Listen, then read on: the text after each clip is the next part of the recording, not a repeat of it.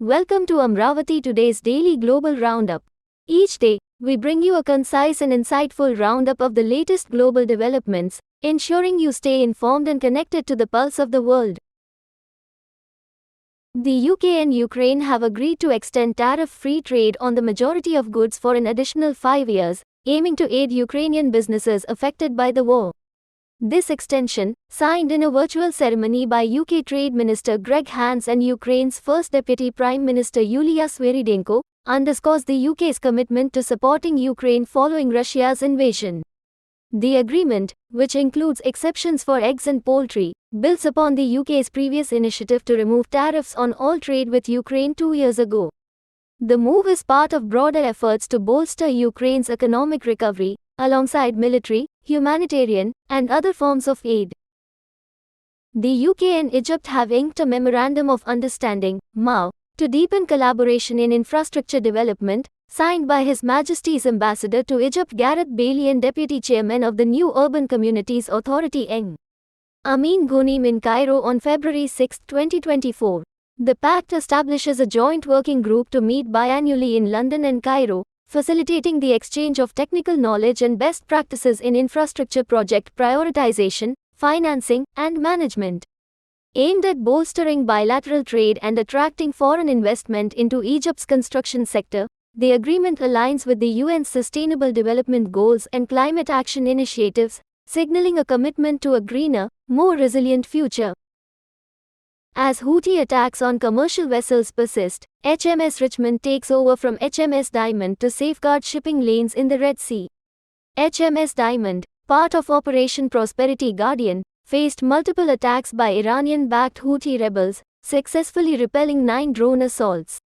The UK remains committed to countering Houthi aggression through intercepting weapons smuggling, imposing sanctions, and conducting targeted strikes. Defense Secretary Grant Shapps commended HMS Diamond's efforts, emphasizing the importance of protecting navigation freedom. HMS Richmond, equipped with Sea Scepter missiles and a Wildcat helicopter, will now continue the mission.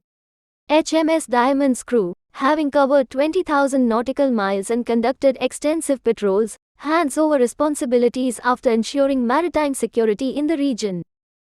The United Kingdom and France co-hosted a conference at Lancaster House in London, addressing the proliferation and misuse of commercial cyber intrusion capabilities. Following discussions initiated during the 2023 Paris Peace Forum, they launched the Pall Mall process, uniting governments, private sector, and civil society to tackle cyber threats. Inspired by the Paris call for trust and security in cyberspace, and guided by the 2023 French-British Leaders Summit, this initiative aims to curb the irresponsible use of cyber tools.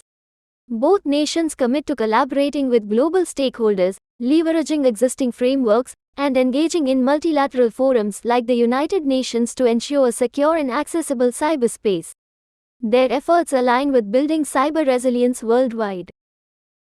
Russia's Economic Development Minister, Maxim Reshetnikov, announced that Russia has extended an offer to Algeria for discussions on establishing a free trade zone. Reshetnikov highlighted that the current free trade regime encompasses a market of 350 million people, emphasizing the potential benefits of such agreements. Notably, the Eurasian Economic Union (EEU) has already forged free trade pacts with nations like China, Vietnam, Singapore, and Serbia. Additionally, EEU member states are in the process of negotiating similar agreements with Egypt, Morocco, and Tunisia. The recent signing of a comprehensive free trade agreement with Iran further underscores the EEU's commitment to expanding economic ties beyond its borders, fostering greater cooperation and integration. Deputy Foreign Minister Andrei Rudenko revealed in an interview with TASS that the accumulation of Indian rupees by Russian companies presents no obstacles and, in fact, expands their financial options. Rudenko emphasized the stability and reliability of the rupee, highlighting its growing use in international transactions and its suitability for investment in India's economy and regional trade partners. He noted ongoing discussions between Russian and Indian economic agencies to broaden investment avenues for Russian firms, foreseeing promising opportunities. This sentiment aligns with Foreign Minister Sergei Lavrov's earlier remarks on negotiations between Russian and Indian authorities regarding the advantageous investment of Russian exporters' rupee reserves held in Indian banks. Kremlin spokesman Dmitry Peskov announced that Russian President Vladimir Putin's interview with American journalist Tucker Carlson will be published on the Kremlin website in both Russian and English on the morning of February 9. Peskov clarified that Carlson will release it earlier on his platforms, with the Kremlin's version including video and a full transcript. The interview, conducted in Russian, will offer insights into Putin's perspectives on various issues. Both versions will be available to cater to a wider audience, as the Kremlin's website features translations. Carlson had previously stated that the interview would be accessible on his site at 2 a.m. Moscow time on February 9, 11 p.m. Greenwich Mean Time on February 8. Researchers from the Far Eastern Primoye Meteorological Center stated that radioactive water leaked from Japan's Fukushima 1 nuclear power plant would not accumulate as ice in the Pacific Ocean. The warm temperatures near the plant prevent ice formation, and ocean currents prevent water from flowing north and accumulating as ice. The leak, discovered on February 7, released 5.5 tons of water with radioactive concentrations exceeding safety limits. However, radiation controls were not intensified post-leak, with no recorded increases in background radiation levels. Russia's consumer rights watchdog also confirmed seafood safety, emphasizing continuous screening for radioactive substances in imported products. Russian State Duma Speaker Vyacheslav Volodin alleges that Sweden's decision to cease investigating the sabotage of the Nord Stream gas pipelines in the Baltic Sea is influenced by its NATO accession process. Volodin claims that while Germany seeks to identify the perpetrators, Sweden's prosecutor's office closed the case due to the inability to identify suspects. He suggests that Sweden's alignment with NATO and pressure from the United States hinder truth-seeking efforts. The incident, involving explosions damaging the pipelines, resulted in significant losses for EU countries like Germany, the Netherlands, and France. The Swedish prosecutor's move drew criticism from the Russian embassy in Sweden, denouncing it as cowardice and unprincipled behavior. Sweden's Minister for Foreign Affairs Tobias Billström and Minister for EU Affairs Jessica Roswall briefed around 100 diplomatic representatives on Sweden's chairmanship of key forums in 2024. Sweden holds the presidency of the Nordic Council of Ministers and coordinates the N5 and NB8 formats for Nordic and Nordic-Baltic security policy cooperation. Priorities include reinforcing security policy cooperation, supporting Ukraine regionally and globally, and addressing global challenges collectively.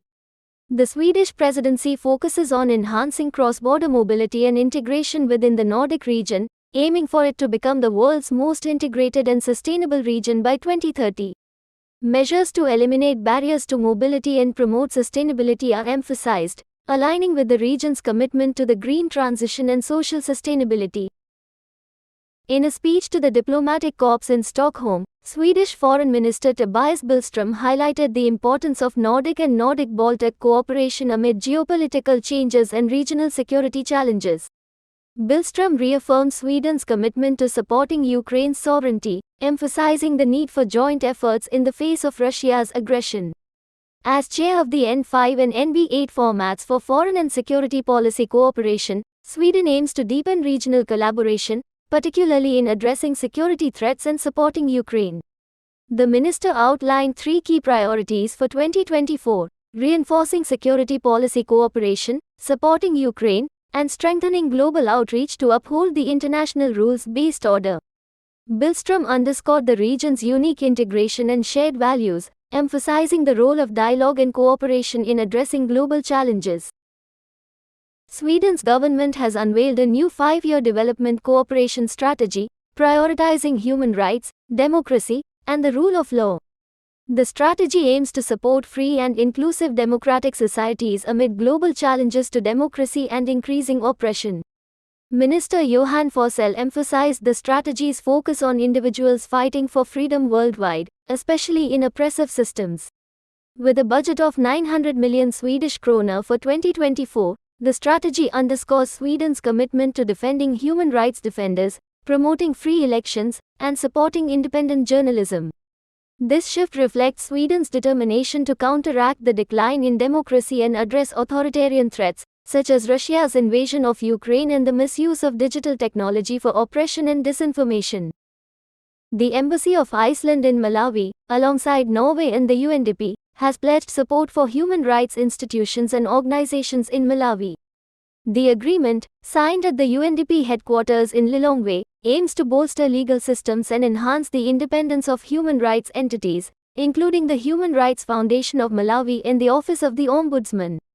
Special attention will be given to marginalized groups like the LGBTI community and the disabled. This 3-year project aligns with Iceland's increased focus on human rights in its development cooperation efforts. Additionally, Iceland is investing in infrastructure projects in Malawi, exemplified by the joint funding of a new administrative building in Mangochi, strengthening regional governance and decentralization efforts. Pedro Sanchez, president of the Spanish government, celebrated UNESCO's decision to designate Barcelona as the venue for Mondiacult 2025, a global conference on cultural policies. This marks the first time the event will be hosted outside Mexico. Spain's candidacy, launched in 2023, received strong support from various government ministries. Discussions at the conference will cover pressing issues like artificial intelligence and the culture of peace. Spain's commitment to UNESCO is evident through its extensive biosphere reserves, UNESCO chairs, and numerous World Heritage sites. The country is a leading advocate for cultural preservation and will use Mondiacult 2025 to address crucial challenges and opportunities in global culture. Italy, through its special envoy to the Minister of Foreign Affairs for the Reconstruction of Ukraine, Davide La Sicilia, signed an agreement with UNESCO to allocate €500,000 for the restoration of the Cathedral of the Transfiguration in Odesa. The cathedral suffered severe damage from Russian bombing last July. This initiative aims to preserve the cultural and religious heritage of the city. Ambassador Pier Francesco Zazzo emphasized Italy's commitment to supporting Ukraine's reconstruction efforts, leveraging the country's expertise in cultural preservation. The project also seeks to engage international cultural institutions and Italian companies for urban and architectural regeneration, aligning with principles of sustainability and innovation. The agreement underscores Italy's dedication to fostering cultural and historical restoration in Ukraine. Thank you for tuning into Amaravati Today's Daily Global Roundup. If you enjoyed today's episode, don't forget to subscribe and stay connected with us. Your support means the world, and we look forward to bringing you more engaging content in the days to come. Thank you for being a part of the Amaravati Today community.